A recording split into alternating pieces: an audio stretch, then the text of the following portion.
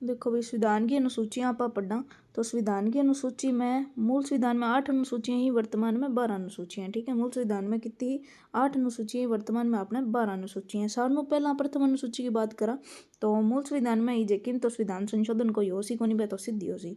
प्रथम अनुसूची में राज्य एवं केंद्र शासित प्रदेशों के नाम, उनकी सीमा एवं न्यायिक क्षेत्रों का उल्लेख किया जाता है।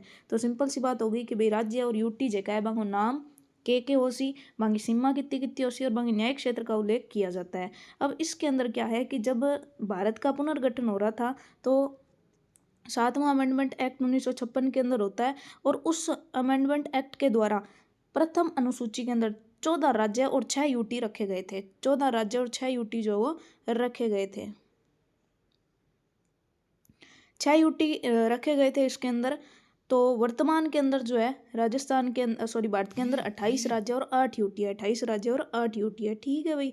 तो सिंपल बात समझ में आ गया। अपन कलर आप ग्रीन कलर लेवा, ठीक है, आ जाओ, ठीक है। तो पहली अनुसूची अपन समझ आ गई। अब अपन बात करना दूसरी अनुसूची। दूसरी अनुसूची में बात की गई है किसकी, वेतन भत्ते, परिलब्धियां और विशेषाधिकार। वेतन भत्ते जो है ना वो हमेशा हेड लोगों को ही दिए गए हैं। वेतन भत्ते जो है वो अनुसूचियों के अंदर हेड लोगों को दिए गए हैं। वो किस किस को दिए गए हैं, देखो, केंद्र के अंदर अगर बात करें तो राष्ट्रपति को, लोकसभा राज्यसभा के अध्यक्ष उपाध्यक्ष, ध्यान रखना सदस्यों की बात नहीं है, अध्यक्ष उपाध्यक्ष की बात है, सुप्रीम कोर्ट के न्यायाधीश की बात है और कैग की बात है। अब राज्य के अंदर आ जाए तो वही राज्यपाल, विधानसभा, विधान परिषद के अध्यक्ष और उपाध्यक्ष और हाईकोर्ट के न्यायाधीश, ठीक है जी। ये तो बात आती है हमारी दूसरी अनुसूची के, जिसके अंदर वेतन भत्ते दिए गए हैं, ठीक है। एक बार फिर से देख लेते हैं कि किन किन के वेतन भत्ते हैं। राष्ट्रपति के, लोकसभा राज्यसभा के अध्यक्ष उपाध्यक्ष, सुप्रीम कोर्ट के न्यायाधीश, और स्टेट में राज्यपाल, विधानसभा, विधान परिषद के अध्यक्ष उपाध्यक्ष और हाईकोर्ट के न्यायाधीश और कैग की, ठीक है जी। उसके बाद हम तीसरी अनुसूची में चलते हैं। दूसरी और तीसरी में कंफ्यूज नहीं होना, क्योंकि दूसरी में क्या देखो सिंपल सी बात है कि हर किसी को पैसे फेंक और तमाशा देख वाली बात होती है। तो पहले वेतन भत्ते दिए, उसके बाद शपथ और प्रतिज्ञान है। तो तीसरी अनुसूची में शपथ और प्रतिज्ञान है, लेकिन शपथ और प्रतिज्ञान जो है ना वो हेड लोगों को नहीं दी जाएगी, ध्यान रखना। हेड लोगों के शपथ प्रतिज्ञान तीसरी अनुसूची में नहीं होंगे, क्योंकि राष्ट्रपति के लिए स्पेशल आर्टिकल है 60वां, राज्यपाल के लिए 159, उपराष्ट्रपति के लिए 169, ठीक है। तो ये अपने सिंपल याद रख सकते हैं कि भाई राष्ट्रपति और राज्यपाल के लिए तो आर्टिकल है, राष्ट्रपति, राज्यपाल, उपराष्ट्रपति के लिए तो आर्टिकल है 60, 159 और 169, ठीक है। लेकिन जो बाकी के लोग बचे, जैसे संघ में कौन कौन बचे, मंत्री, अच्छा, संसद के सदस्यों की शपथ होगी, क्योंकि अध्यक्ष उपाध्यक्ष की तो स्पेशली कोई शपथ होती ही नहीं, ठीक है। तो मंत्री की हो जाएगी और संसद के सदस्यों की होगी। सदस्यता ग्रहण करने के लिए जो अभ्यर्थी होंगे ना उनकी भी शपथ हो जाएगी। सुप्रीम कोर्ट के न्यायाधीश आएंगे, कैग आएंगे, ठीक है। और राज्य में भी मंत्री आएंगे, सदस्य आएंगे, अध्यक्ष उपाध्यक्ष नहीं आएंगे, और सदस्यता के अभ्यर्थी आएंगे, ठीक है जी। सिंपल सी बात है। तो हेड लोग तो क्या खा रहे हैं, सारी की सारी तनख्वाह कर रहे हैं, और जो सदस्य लोग हैं वो शपथ ले रहे हैं इनकी जगह पर, क्योंकि हेड लोग जो हैं वो अनुच्छेदों में ले रहे हैं, ठीक है जी।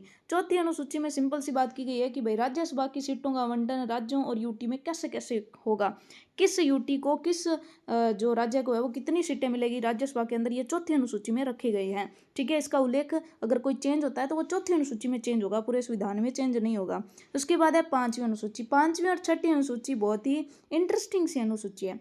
इसके अंदर क्या कहा गया है कि अगर कोई एसटी एससी का क्षेत्र है, मतलब कोई अनुसूचित क्षेत्र है, अगर कोई अनुसूचित क्षेत्र है तो वहाँ पे प्रशासन और नियंत्रण कैसे किया जाएगा, ये बात की गई है। तो वहाँ पे प्रशासन को सलाह देने के लिए 20 सदस्यों वाली एक जनजातीय सलाहकार परिषद होगी। जनजातीय सलाहकार परिषद की बात किस में कही गई है, पांचवी अनुसूची में, कि भाई कोई SC ST क्षेत्र घोषित कर दिया जाता है। SC ST क्षेत्र घोषित कर दिया मतलब अनुसूचित जातीय या अनुसूचित जनजातीय क्षेत्र ही घोषित कर दिया गया, तो वहाँ पे प्रशासन करने के लिए जनजातीय सलाहकार परिषद होगी जो प्रशासन को सलाह देगी। 20 सदस्य होंगे उनमें, ठीक है जी। और यहाँ पर नियम बनाने का पूरा जो रूल्स रेगुलेशन बनाने का काम राज्यपाल द्वारा किया जाएगा, कि राज्यपाल चाहे तो सामान्य नियम यहाँ पे लागू करवाए SC ST वाले क्षेत्रों में या फिर ना करवाए, ठीक है। लेकिन इसकी रिपोर्ट राष्ट्रपति को देनी जरूर होगी। तो सारा का सारा मामला राज्यपाल पर डिपेंड कर रहा है।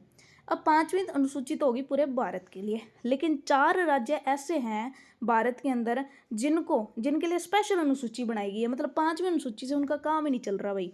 वो 4 राज्य हैं हमारे, असम, मेघालय, त्रिपुरा, मिजोरम, ठीक है। यहाँ पे ज़्यादा ही जनजातीय विषमता विद्यमान है, इसके लिए इनको 5वीं अनुसूची में नहीं रखा गया। तो हमसे पूछा जा सकता है कि ऐसे क्षेत्र जो SC ST होने के बावजूद भी 5वीं अनुसूची के अंदर नहीं है, तो वो हमारे असम, मेघालय, त्रिपुरा और मिजोरम है। असम, मेघालय, त्रिपुरा, मिजोरम है। ठीक है जी।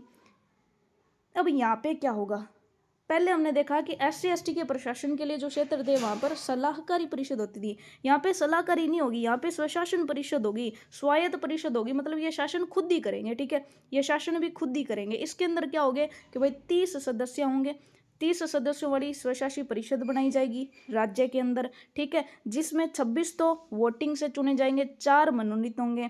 ठीक है, और इन स्वशासी परिषदों के नीचे जिलों में भी स्वशासी जिला परिषद का गठन किया जाएगा। तो कुल मिला के स्वशासी परिषद होगी 30 सदस्य वाली।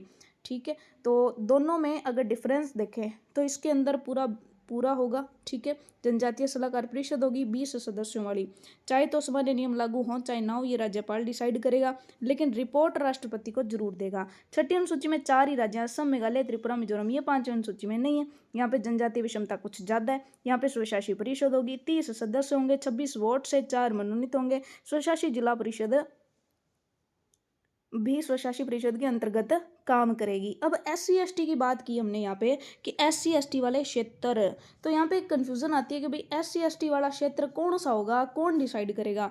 तो जो संविधान है, संविधान के भाग 10 आर्टिकल 244, ये वही भाग 10-11 वही है जहाँ पे राष्ट्रपति की जो आपातकालीन शक्तियों का उल्लेख होता है ना। तो भाग 10 के अंदर आर्टिकल 244 है, वहाँ पे ये कहा गया है कि राष्ट्रपति चाहे तो किसी भी क्षेत्र को SC ST क्षेत्र घोषित कर सकता है, लेकिन ST SC के क्षेत्र के सीमा परिवर्तन में राष्ट्रपति को राज्यपाल की सलाह लेनी पड़ेगी कि अगर कम का ज़्यादा करना है, क्षेत्र को बढ़ाना हो या कम करना हो, तो राज्यपाल की सलाह पर करना होगा, और घोषित करना है तो राष्ट्रपति स्वतः ही कर सकता है। ठीक है जी।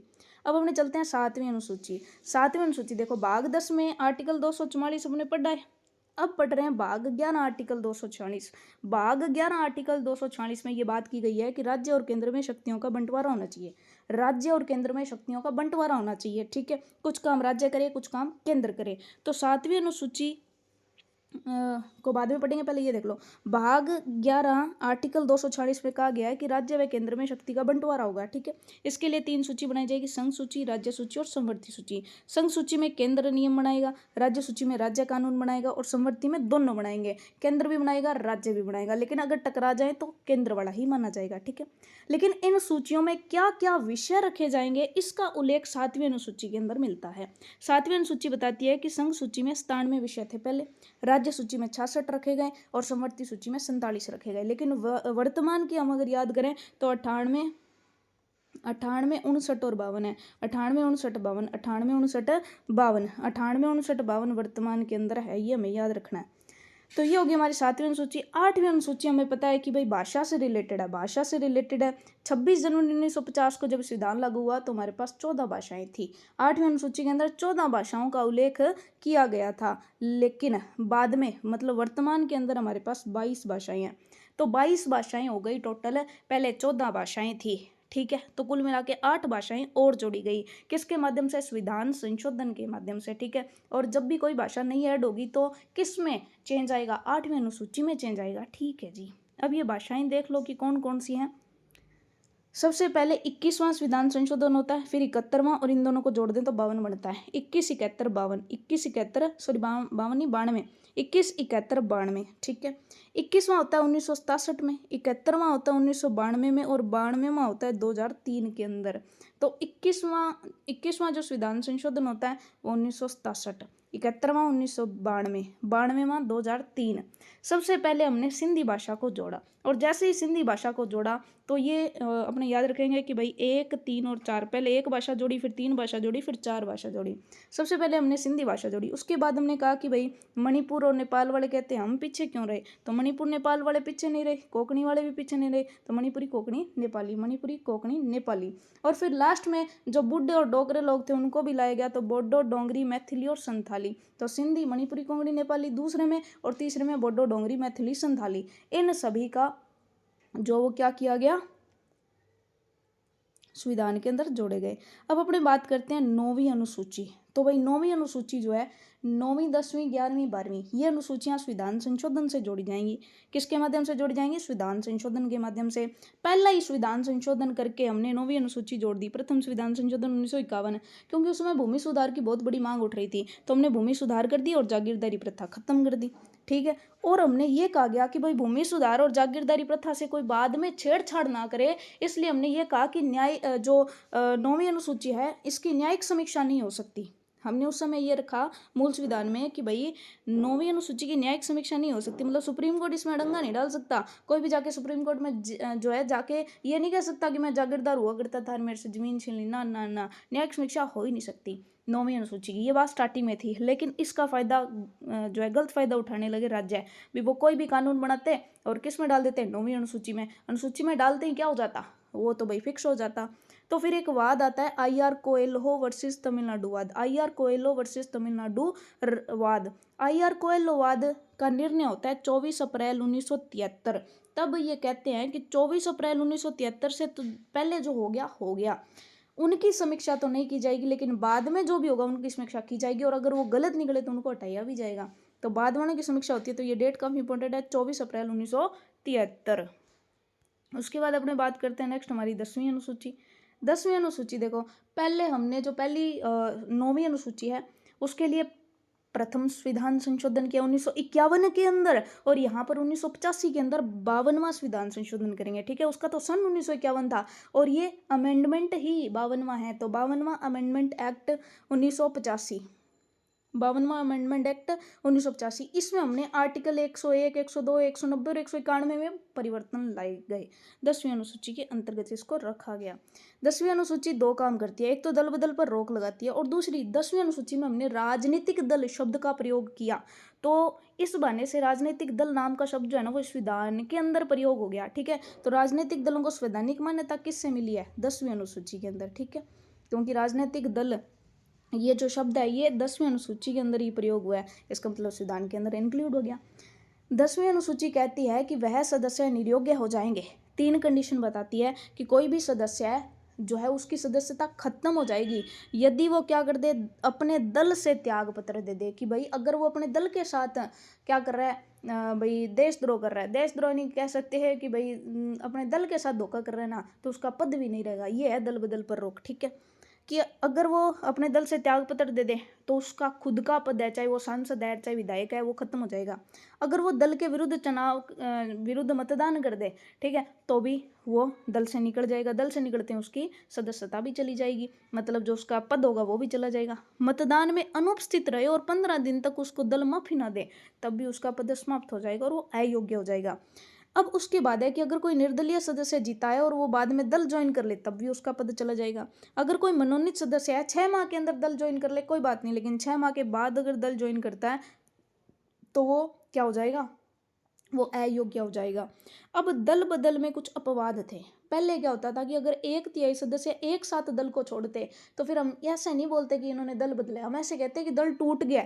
लेकिन 1/3 वाला जो है वो खत्म हो गया बाद में। 91 संविधान संशोधन 2003 हुआ और इसमें यह समाप्त कर दिया। इसमें यह कहा गया कि भाई 2/3 सदस्य यानी 2/3 सदस्य अगर परित्याग करते हैं ना, तब दल का टूटा हुआ माना जाएगा। 1/3 सदस्य अगर करते हैं ना, तो वो 1/3 अयोग्य हो जाएंगे। ये बात किस में कही गई? 91वें संविधान संशोधन में। पहले क्या होता था कि भाई 1/3 सदस्य अगर चले जाते ना, तो ऐसे कहते भी दल तो है ना 2 भागों में टूट गया, तो दोनों के पद बने रहेंगे। लेकिन अब हमने कर दिया कि भाई अगर 1/3 जा रहे हैं ना, तो उससे दल को टूटा हुआ ना माना जाए। ये बात किस में कही गई? 91वें संविधान संशोधन 2003 के अंदर। ठीक है जी। उसके बाद हम बात करते हैं 2/3 सदस्य दल का परित्याग कर दे तब वो अयोग्य नहीं होंगे। ठीक है जी। और पीठासीन अधिकारी है, जैसे मान लो कोई अध्यक्ष या उपाध्यक्ष बन गया किसके अंदर? लोकसभा या राज्यसभा के अंदर, तो वो कहता है कि भाई कांग्रेस की सरकार है, मान लो बीजेपी की सरकार है और मैं बीजेपी का बंदा हूँ, मैं अगर आपका अध्यक्ष या उपाध्यक्ष हूँ तो निष्पक्षता को लाने के लिए मैं दल का त्याग कर रहा हूँ, तो फिर उसको दल बदल नहीं माना जाएगा। ठीक है। उसके बाद है कि दल बदल की नियोग्यता का निर्धारण कौन करेगा? कौन ये डिसाइड करेगा कि दल बदल हुआ है या नहीं? तो ये करेगा सदन का पीठासीन अधिकारी। कौन करेगा? सदन का पीठासीन अधिकारी।